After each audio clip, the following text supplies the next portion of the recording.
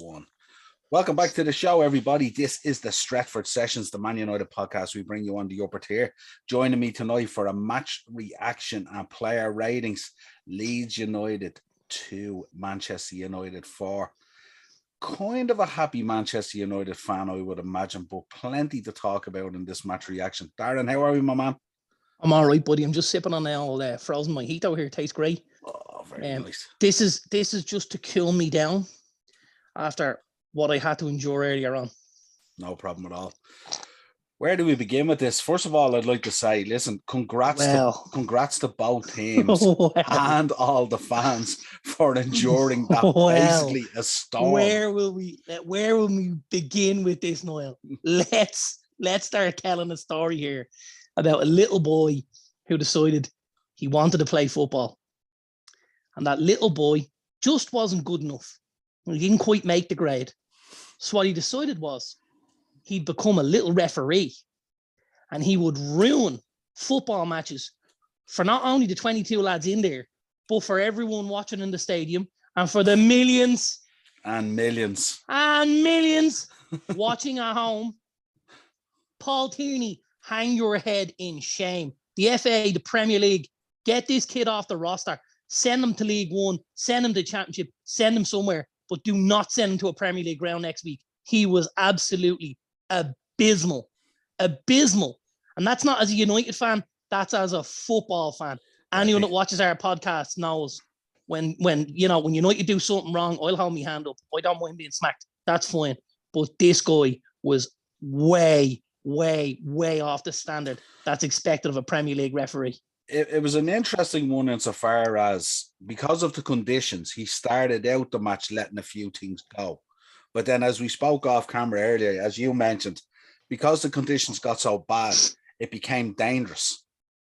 And because dangerous because guys were being allowed to throw their bodies around like they were weapons. Yeah.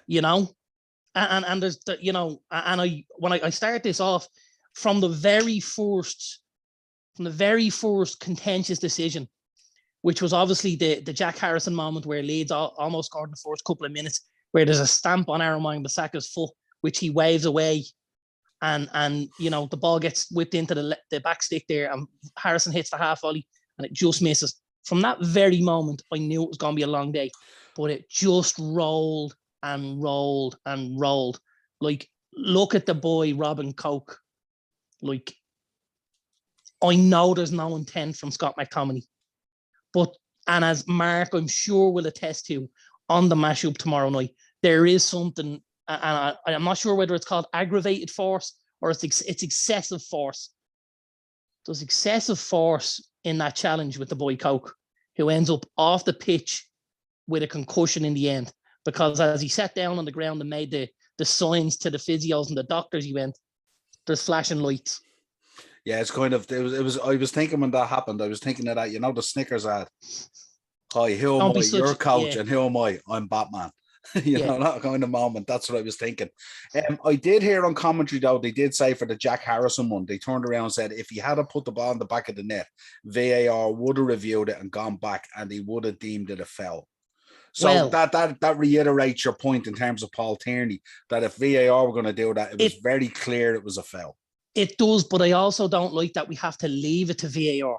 VAR should be a last resort. Like, that's not even a simple error. That's a massive error. Yeah, but see, he's 5 yards away. Yeah, but what they've been doing is they've been letting the play continue to allow it to bring it back. We see it even with offsides. I mean, many times you see a player going offside, running in a goal, gets upended by a defender, and then they put up the flag and call offside. So we know eventually with this going on, eventually someone's going to end up with a broken ankle or a broken foot or a broken leg. It's going to happen. It's going to happen because really they should be flagging straight away. You know what I mean? There was way too many challenges. There was way too many guys wading into tackles that could have hurt people. Like, it was, I watched the game, obviously, and my wife came in and watched it in the second half, and she shunned away from the TV when Junior Firpo put the challenge in on Anthony Elanga, and with the scream of Elanga. Like, why is that challenge going in? They're 4-2 down with a couple of minutes left on the clock.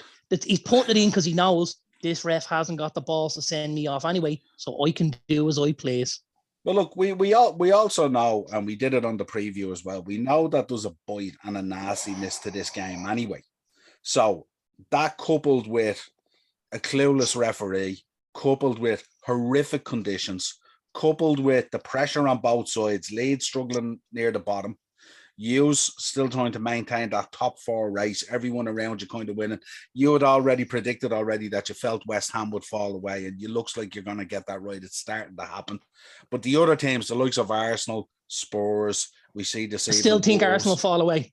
Oh yeah, absolutely. But I think Arsenal roll. Yeah, but I mean this is United and Spurs. Yeah, but I mean in terms of the pressure on the game, based on the results that you'd say. That's what I'm coming to. So there's always going to be a little bit of a bite in it and a little bit of needle in it. But I fully take your point in terms of at 4-2, it's a needless challenge. They're not now. Having said that, I suppose the other argument is they came out in the second half and they scored 2 goals in 35 seconds or something like that. And 24. Yeah, so it could happen, but it was unlikely that it was going to happen. Let's go back to the start anyway. The lineups. You must have been delighted to see Rafinha on the bench and the other boy Gelhardt.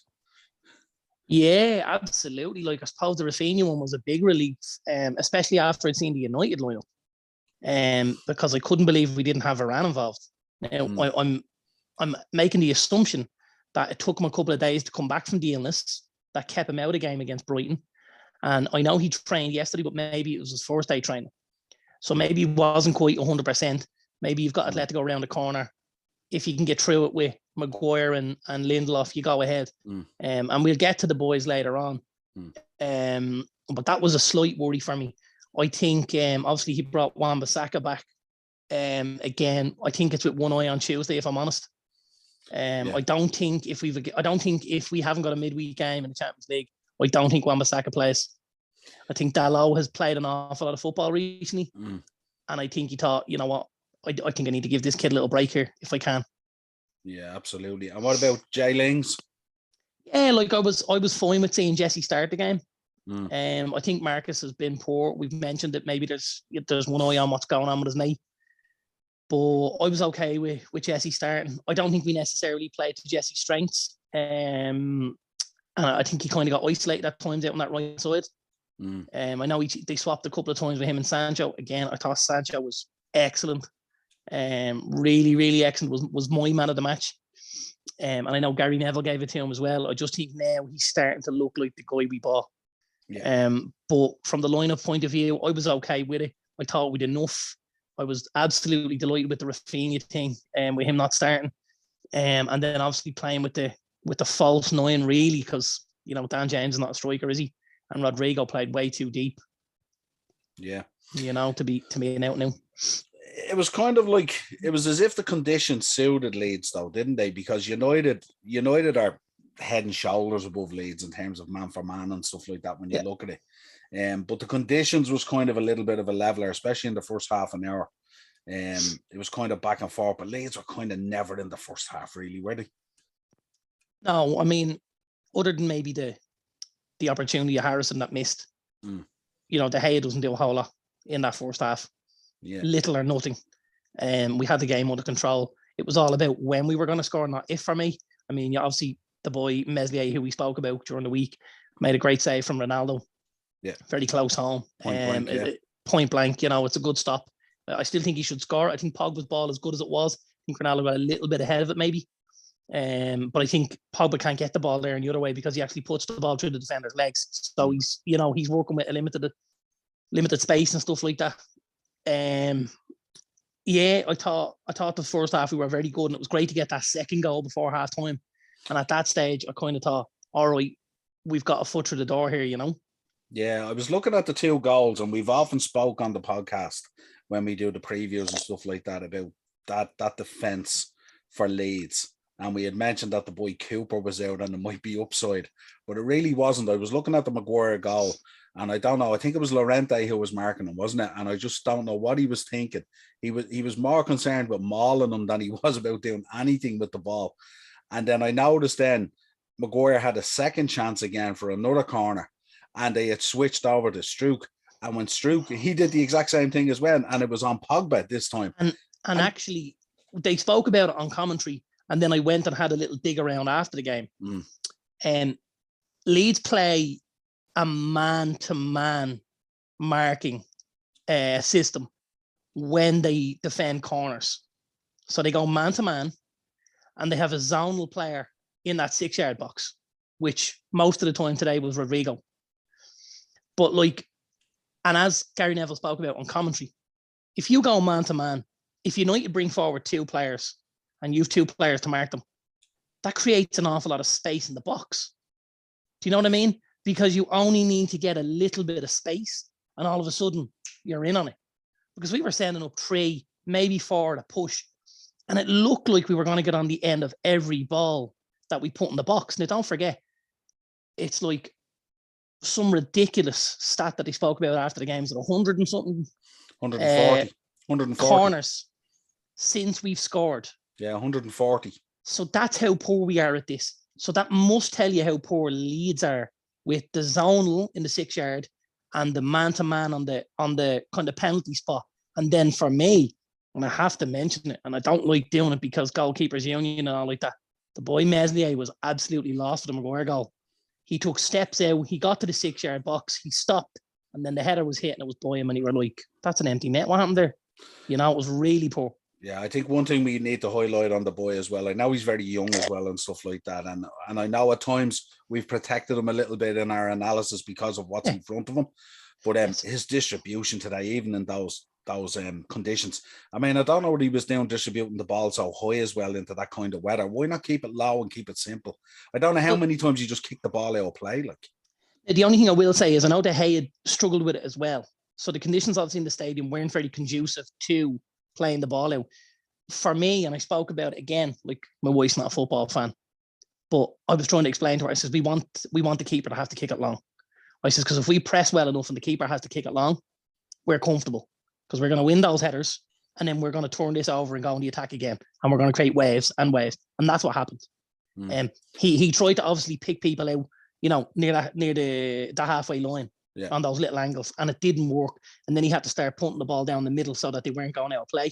That was field and ring from Maguire and Lindelof, really, like, and even Scott McTominay at times, you know. Yeah, absolutely. I always worry when people offer up possession so easily like that. You know what I mean? So, yes. Where do we go? Let's talk about, I suppose, the first goal with Maguire, the celebration. Yeah. It was kind of very good and then kind of tame. Ronaldo went over and kind of tapped him on the head. Like, well done, little boy, or something like that.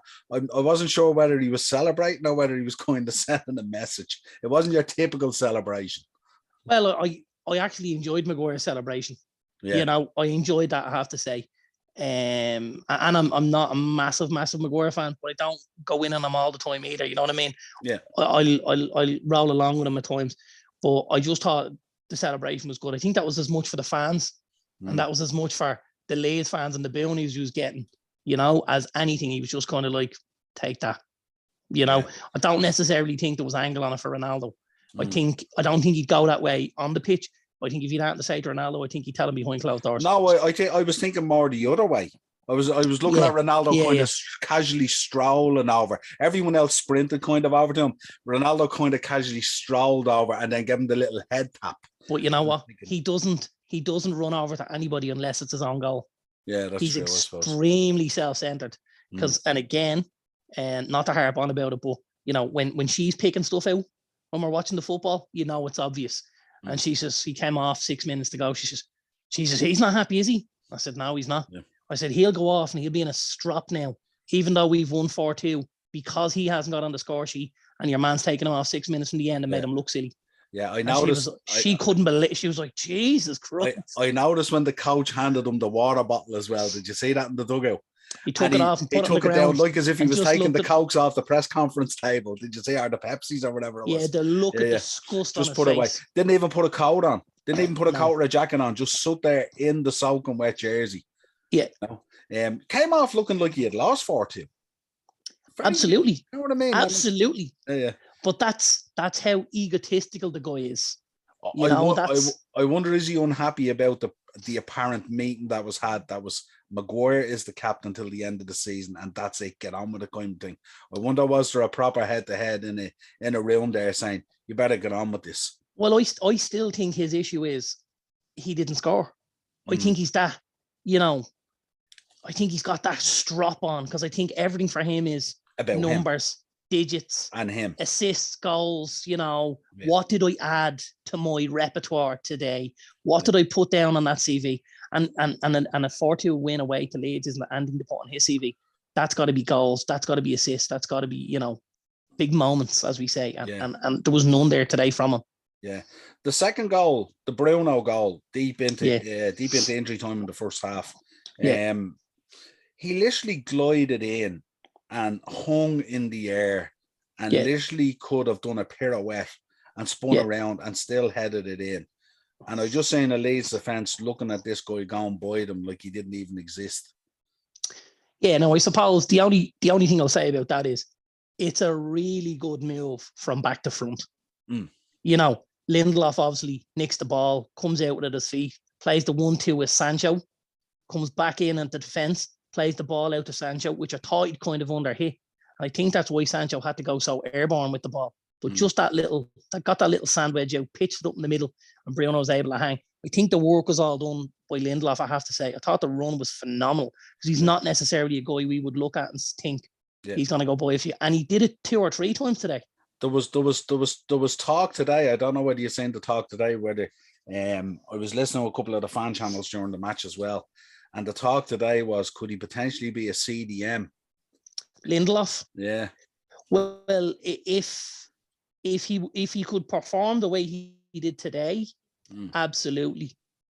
But I mean, the same has been said for Aaron Wan-Bissaka. Could he play as a centre back? That's something that United fans have been talking about that recently. So he wasn't getting a game on the right hand side with Dalot. And the talk was, could he go in and could Ranić turn him into a centre back to play alongside Varane? Yeah. Because we know what he's like man to man.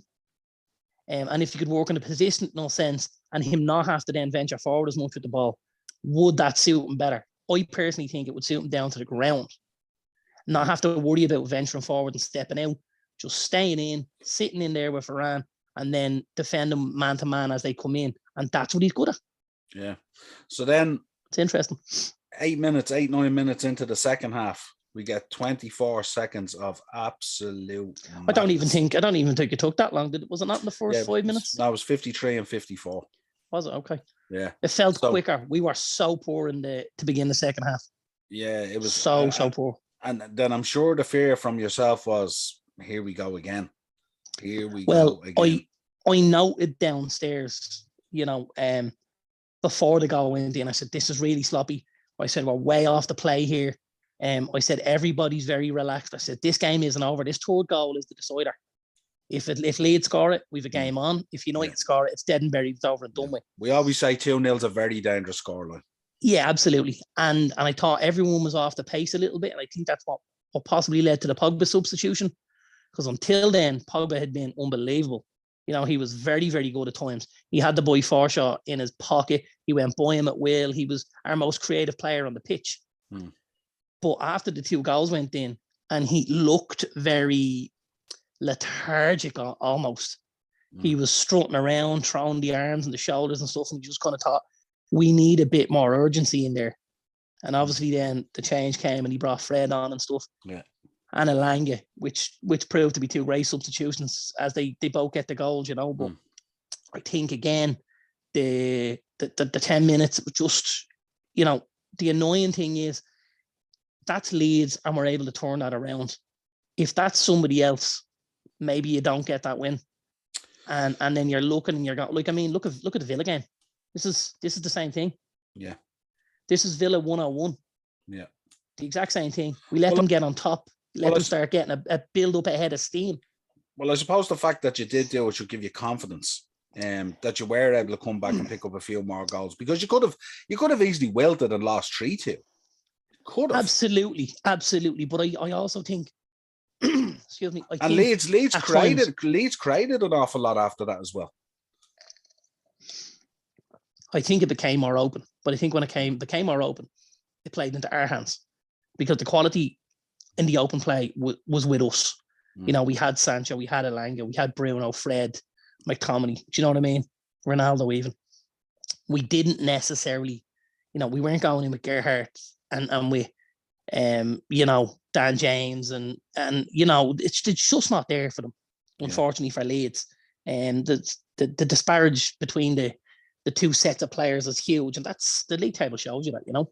Yeah, absolutely. Well, it was a vital win, especially when teams around you were winning and had games in hand. So it wasn't the time to be dropping points, but it was hard fought. And I wonder, will it have an effect on the Atletico game? A lot of guys put in a heavy shift there today in that kind of weather. Well, I think you'll see a few changes. Yeah. I mean, I think Dalot will play. I think probably Tellez will play. Rashford. I think Maguire will play with Varane. I think he may even play 5 at the back. And play Lindelof, Varane and Maguire, and play the 2 wing backs, play Ronaldo and Bruno up top, and play 3 in midfield, Fred, McTominay and Pogba. Yeah. Something like that. But yeah, but we've options, you know. Yeah, absolutely. Let's get into the player ratings. Let's start. David De Gea. 6. You know, didn't do anything fancy, but was solid when he needed to be. I suppose the goal you look at, and I had words with me with my young lad over this, you know. Is it a howler? I don't necessarily think it is. It was a howler of a day. Yeah, and you know, I don't think he's coughed it up. You know, I'm way more pissed off if I'm the Spurs manager yesterday with what Hugo Lloris did for the City goal than what, you know, like you never imagine that ball's going to end up there. And I mean, if he puts that cross in 100 times, how many times does it end up there? Yeah, the other thing I'd say as well is this is not the season to be giving out to David De Gea in any way. Absolutely. In terms of like his performances and stuff like that. Aaron Wan-Bissaka? 6. 6, yeah. I thought he was solid without being flashy. He was okay going forward. I thought at times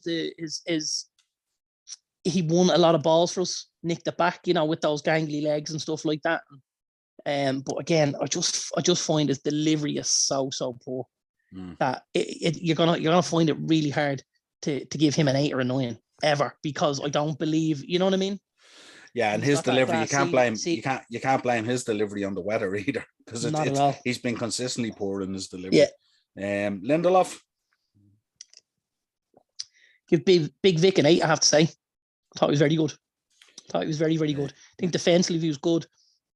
But I really couldn't believe going forward, you know, 2 or 3 times, strode out with the ball at his feet. Now, listen, it's Leeds. There's a lot of wide open spaces. But he did well. Like, he could have easily given that ball to Sancho and sat back in. He didn't. He went on and he made the next move, you know, and got the ball to Sancho then to get it into it was kind of Fernandes. It was kind of a team today. A couple of players actually didn't shirk their responsibility. They actually stepped up, which was nice for you to see, I'd imagine. Yeah. Maguire? 7. Yeah, I think it's fair. Yeah. Again, nothing special, but solid. Didn't cough anything up. No absolute howlers. Got the goal. 7. Yeah. Yeah. And after a week of dealing with a lot of shit as well, like, you know, I mean, he's had a tough out week, like, you know. Yeah. Shaw? 6. Yeah. 6. I don't think he was great. Obviously the ball for the first goal was good. I've spoken about it before. I like in-swinging corners. I like Shaw taking them from the left as a left footer because he bends the ball in. I don't like Shaw taking him from the right as a left footer because it bends away from goal. We need to get someone else to take the corners from that side. If you want to get good at something, you need to be consistent at it. And we're not. We're chopping and changing corner takers based on who's having a good game and who's kicking the ball well. Like, lads, you're on 200 grand a week here. You get on the right, you go on the left, and let's get in-swingers. We all know from in-swingers, it's only the slightest little touch you need and the ball's in the back of the net. Without swingers, you need a planted header to really get a ball by a goalkeeper. I don't know why teams are persistent with it. It makes no sense to me. Very hard as well from a skill point of view if you're not going to plant a header on it to get a proper connection on it and get it on target as well. Do you know what I mean? Very, more often than not, you're going to get a slice or you're going to come across it. Scott McTominay. I thought Scott was good, but I thought he sailed very, very close to the wind. Like, I thought he broke an awful lot of play up in that defensive midfield role, and was was striding forward with the ball. He's probably a lucky boy to stay on the pitch, looking at everything over the course of the game. I don't believe there's any malice with the boy, Robin Koch, but I think, you've possibly given him a decision to make, and maybe he might have made a difference another day, Yeah, I was thinking with him, if this was a European tie with a European referee at a better level and not the weather that you had to deal with, he would have been gone for an early bat. There's no doubt. Absolutely, 100%. Yeah, so and I was a little bit disappointed that Ralph didn't hook him on that basis, because I just thought if we get down to 10 men here, this could get rough. And when I saw Varane coming on, I thought maybe he'll take McTominay and push to a back five, and he took Ronaldo, and you just thought, now, by the way, Ronaldo wasn't great either.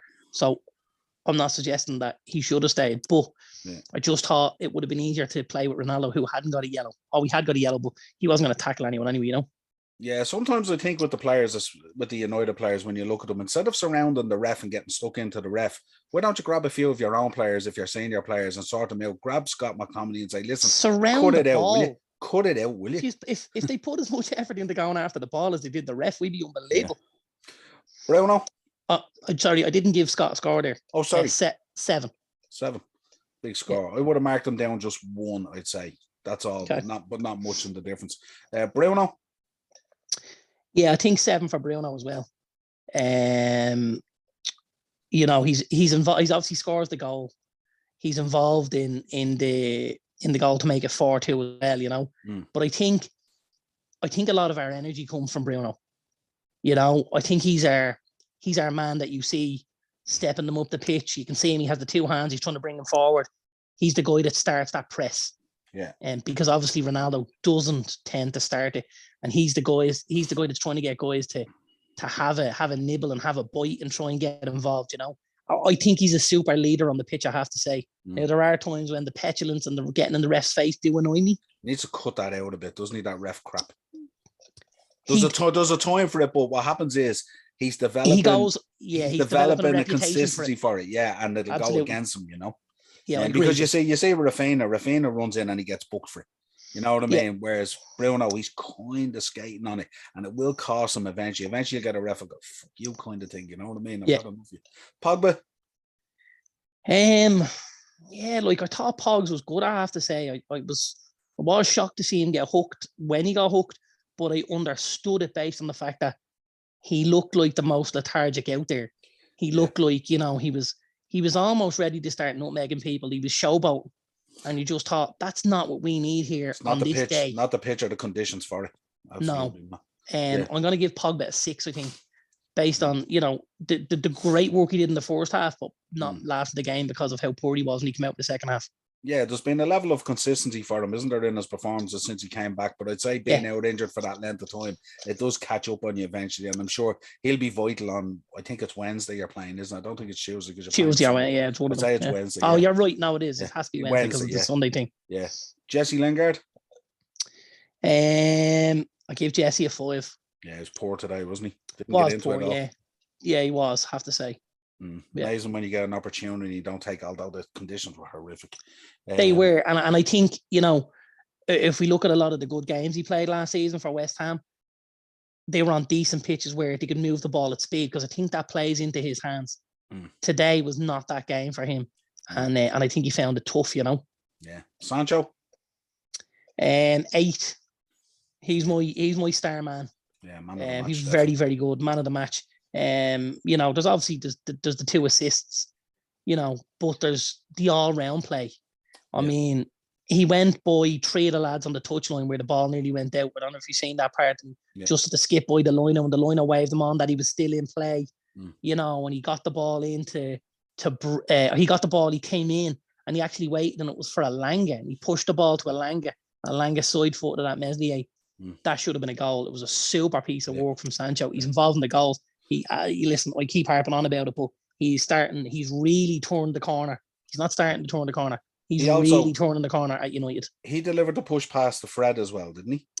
He did. It was a lovely. He took the inside. He could have took it himself, but he pushed past it to Fred to open it up. Yeah. Well, he took the shoulder on the right hand side to make it look like he was faking the shoot, and then popped the ball outside and created a bit of space. And it was a super finish by Fred. Yeah. What about Fred and Elanga? Did you miss Ronaldo? Sorry, Ronaldo. Yeah, 5. 5. Yeah, I thought he was very poor, I have to say. Yeah, absolutely. And I think, and I spoke about it again, I feel like I'm harping on at times. When he doesn't score goals, he gives us nothing. He was that good. He was that good today that I missed him. Do you know what I mean? Yeah, absolutely. Yeah, Fred and Alanga. Thought Fred was super when he came on. Yeah, bit of energy. A lot of energy. Really took control of that midfield. Got the press much higher up the pitch. Obviously scored the goal and created a couple of moments as well. I think he did really, really well when he came on. Just because of the time he played, I'll give him a 6, but I think he did really well. Yeah, I would have given him a 7. Alanga? Yeah. Again, took the goal well. Very similar. I think Fred probably had a bigger impact than Alanga did. For me, you're probably right. We probably should give Fred the 7, and then I'll give Alanga the 6. He wasn't just quite at it the way Fred was, but he did put in a much better shift than Jay Lings did. So we have to give the kid a pat on the back for that. Yeah, of course. And Varane coming on, there's no need to give him a rating. He wasn't on there long enough. He was only on for about 7 or 8 minutes. So tactical more than anything. Well, listen, pleasure having you on. Top 4 races on big time without a shadow of a doubt. It's really, really tight there at the moment, especially with teams having games in hand. The only thing I would say is those games in hand can be very, very difficult at times. There's no guarantee of points. No, I'm happy enough now that, to be honest with you, that we've gotten points on the board. Yeah. And started to get a little roll going, build a little confidence. There's 2 wins on the bounce, 6 goals we scored. It's starting to look a lot better. And we're not coughing up as many chances as we have. Other than that 10 to 15 minute period today, we had things under control. And especially with a tough march ahead. I mean, you've a tough march. Yeah, we've a couple of games that are giveaways. I think the Leeds, and maybe we've a Watford game at home and stuff like that. But after that, we've got 2 Atleticos, and we've a Liverpool, a City, and a Spurs. The Spurs game is obviously going to be massive. That's a 6-pointer. You beat Spurs, you can put a bit of daylight between us and them. But again, we're still looking over at Arsenal. We're hoping that their striking woes continue. They just managed to get over the line yesterday, obviously with the late Brentford goal. But they need to start taking opportunities as well, because that game should have been dead and buried before Brentford scored and put themselves in an opportunity of getting a draw over. Yeah, Lacazette is looking like his age at this stage, isn't he? Lacazette really looks like he was tape cassette that he left in the 1990s and he still hasn't made it back. Absolutely. Well, listen, pleasure having you on. This is the Stratford Sessions over there on the upper tier on YouTube. So head over there, smash the subscribe bell notification. This has been your match reaction and player ratings. Leeds 2, Man United 4. We will look forward now. We'll be dropping previews, by the way, as well of the Champions League. Don't worry about that. They'll be coming up this week, no doubt about it. Should be really interesting to see how they fare out, especially after a tough day at the office today. Till next time, my friend, a pleasure. Thanks, pal. Paul Tierney, if you're listening, don't hang up your whistle. You're a failure in life, pal.